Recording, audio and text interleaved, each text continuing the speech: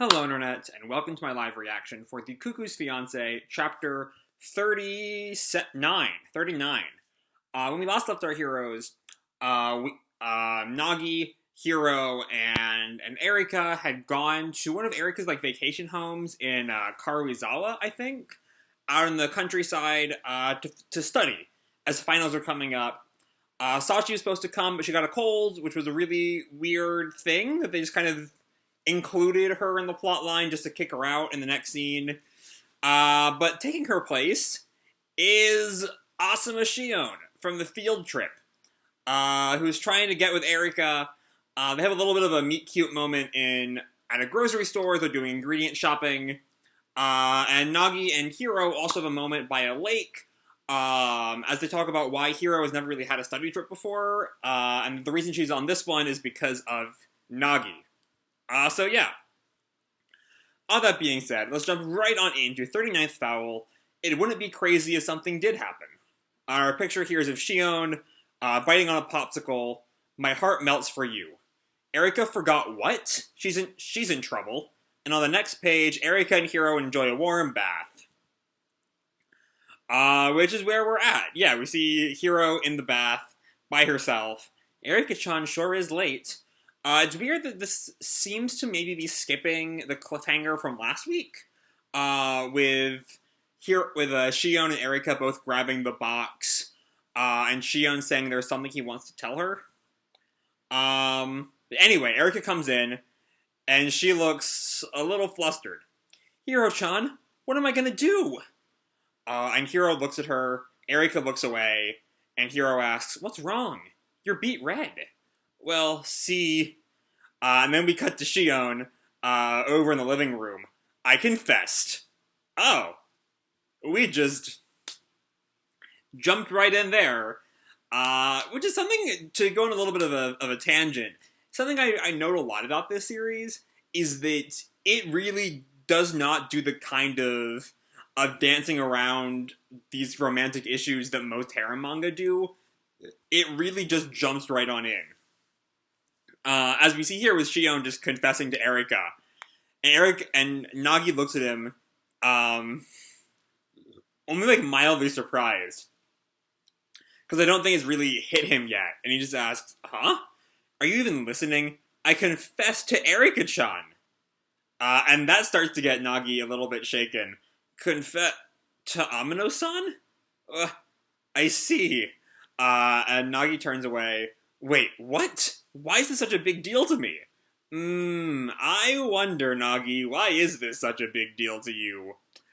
And Nagi sighs, so, what happened? And Shion just has this, crazy grin, as Nagi looks at him, and we flash back to the store. And right where we left off the last chapter, there's something I want to tell you. And we see Erika, takes the box back. She's a little, unnerved. Huh? What? And we see Shion kind of gathering up his nerves. Doing it here is kind of, let's go outside and I'll say it. And Erika just looks at him confused, and Shion changes. Screw it, I'll say it here. And he looks away and then turns back to Erika. Erika's looking a little frustrated at how long this is taking. Erika asks, I wanted to thank you for bringing me out here with you. That is not a confession. That is not a confession, Shion. As Nagi tells him, that's not a confession. It totally is. I thanked her. Flawless victory. We see, waterfalls of tears, streaming from his eyes. I'm telling you, you didn't confess. And she didn't bring you. She didn't even invite you. But though, looking at that scene, I can see how Shion would have reached this conclusion. I'm a little curious, what about this conversation made Erika so upset? Anyway, Shion, grabs Nagi by the collar. No, man, listen to me. Come on, Nagi. Nagi thinks, so we're just dropping honorifics, huh? And Shion collects himself for a moment. There's a process to confessing. I just screwed it up a little. Nagi sighs. And then he comes to himself. Wait, what? Why am I relieved? I wonder why, Nagi. I wonder why you're relieved. And Shion kind of reacts, "Hey, what was with that face?" And Nagi turns back to him, "What face?" "That one. It's like you're looking down on me. You're making fun of me." And Nagi turns back to him with this, like, creepy grin going on. "No, I'm not. You so are." Whatever. What would you know? You never even confessed to a girl. And then he sees Nagi's reaction, and he starts to sweat a little bit. Right? Right? And then Nagi tells him, "You confessed? To Hiro-chan?" And he turns away, sorta. "So you declared war on her, took first, and confessed. You're non-stop, man." And then Shion pauses for a moment. "So why aren't you guys together?" "We're on hold." On hold. And Shion looks at him, on hold. "Well, so this last exam I bombed, so that'd probably add 1. If I beat her on 11 exams, I feel like she'll go out with me." And Shion, who has no context for this conversation, is just stunned. "That's too much, man!" And Nagi looks away, kind of like frustrated with this conversation. "Master Nagi!" And Nagi goes back to his textbook. "Knock it off. Let's come up with a way to help each other out after this. What about studying?" And that seems to give Shion an idea. I got it. Oh, now we see what's actually going on in the bath. As Hiro asks, "You forgot your panties?" Alright, I guess that's the conversation. That's where this conversation is going. And we see Erika kind of like, trying to like hide under the water. And then she says, "The maid usually does my packing for trips. I totally forgot to pack a change of underwear. And clothes. And pajamas." "Erika, you didn't bring anything? Oh, what's wrong with me? What am I gonna do? Erika-chan." And then she like goes to like hug her, I think. You don't really see it. "You're so freaking cute." We see like the water splash. Wah! Hey, no diving. And then we cut to later that night after they are out of the bath, and we see Erika there in what I think is the same outfit she was on earlier today, which, you know, makes sense that she has no clothes. And it's just Hiro, Nagi, and Erika. As Hiro says, "Hey, this is nice from time to time. A little routine refresher, you know?" And Erika's just silent. Nagi responds, "You can't really call this studying, but..." And then he takes a moment to look at Hiro, and he kind of like blushes and he thinks, "Segawa-san is fresh out of the bath. She smells crazy good. We might have a couple of people in the way, but in a situation like this, it wouldn't be crazy if something did happen."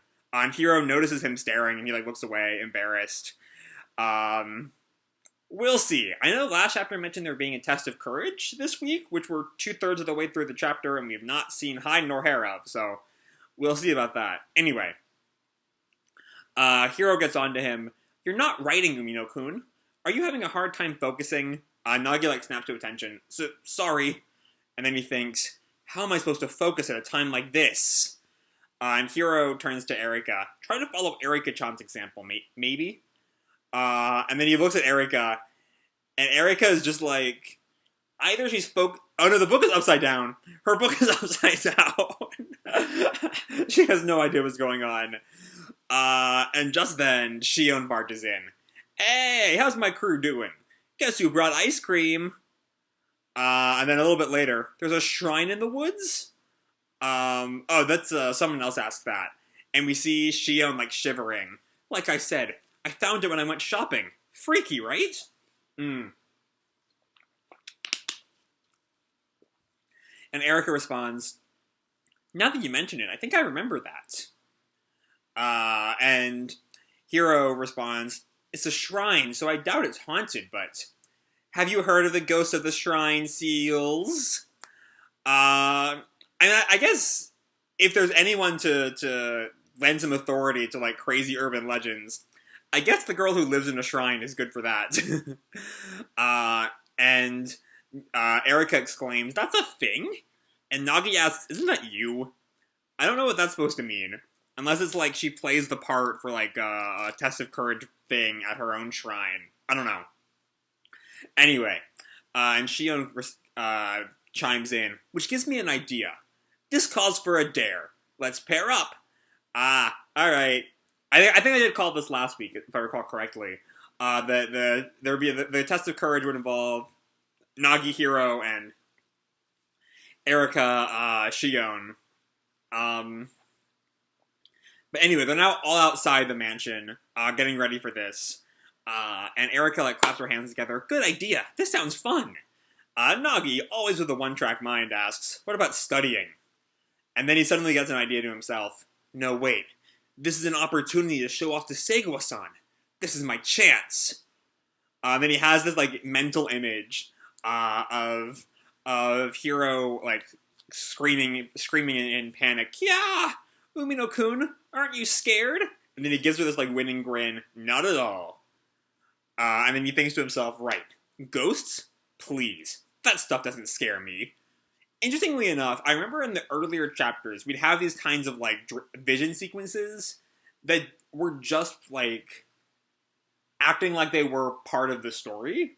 Not openly being a vision or an imagination.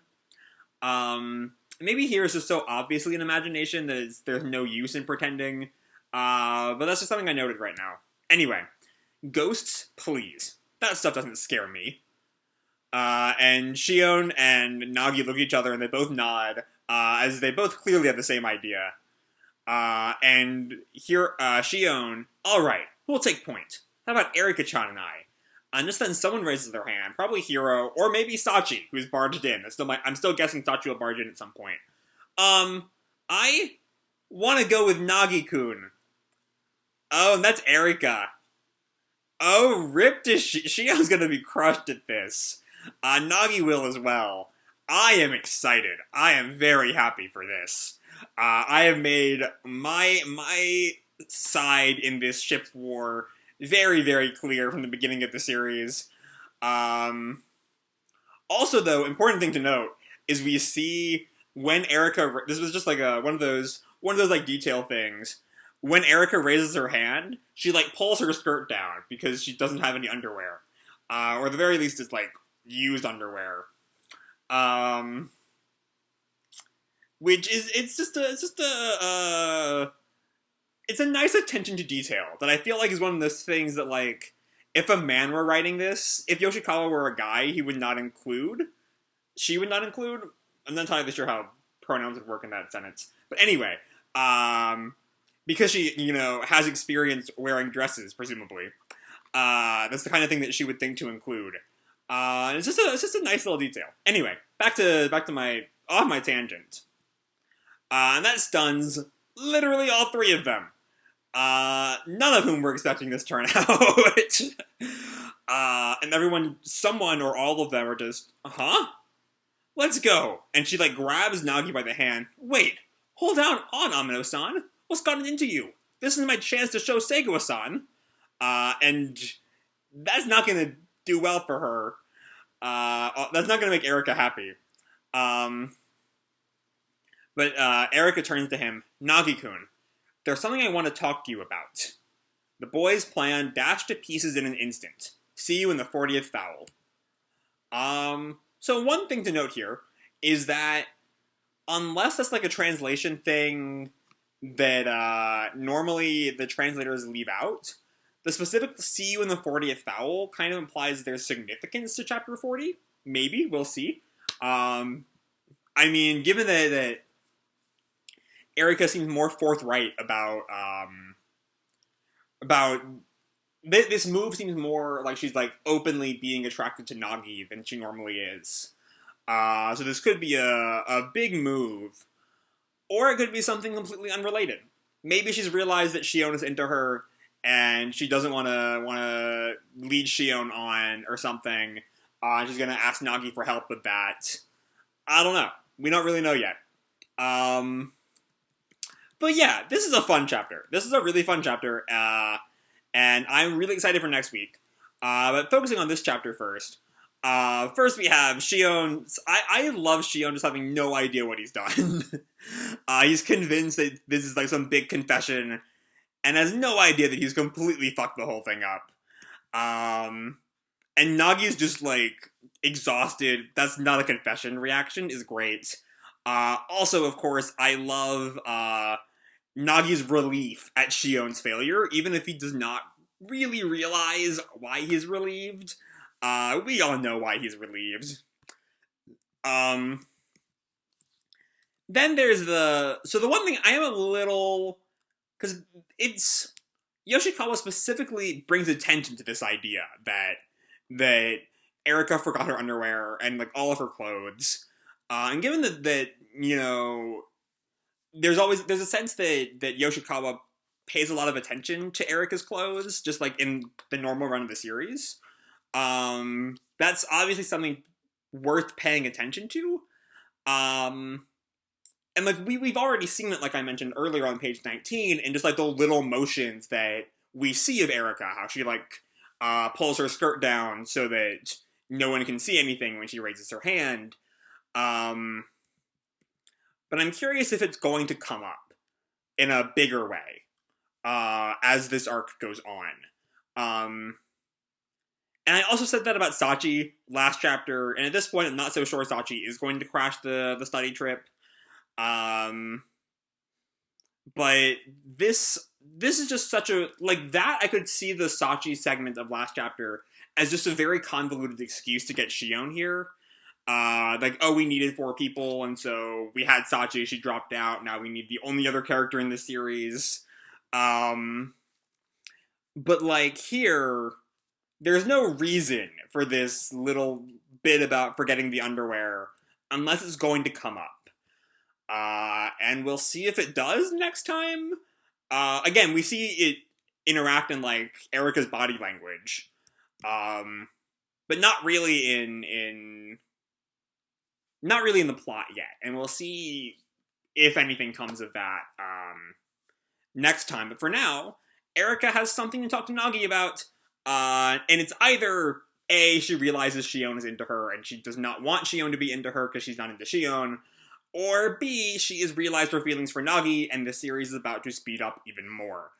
But for now, that's all I have to say for this chapter. Hope you all enjoyed the chapter and the video itself. If you did, feel free to drop me a like, or subscribe, or, do whatever makes you happy, And remember, your life is your own, okay? Bye!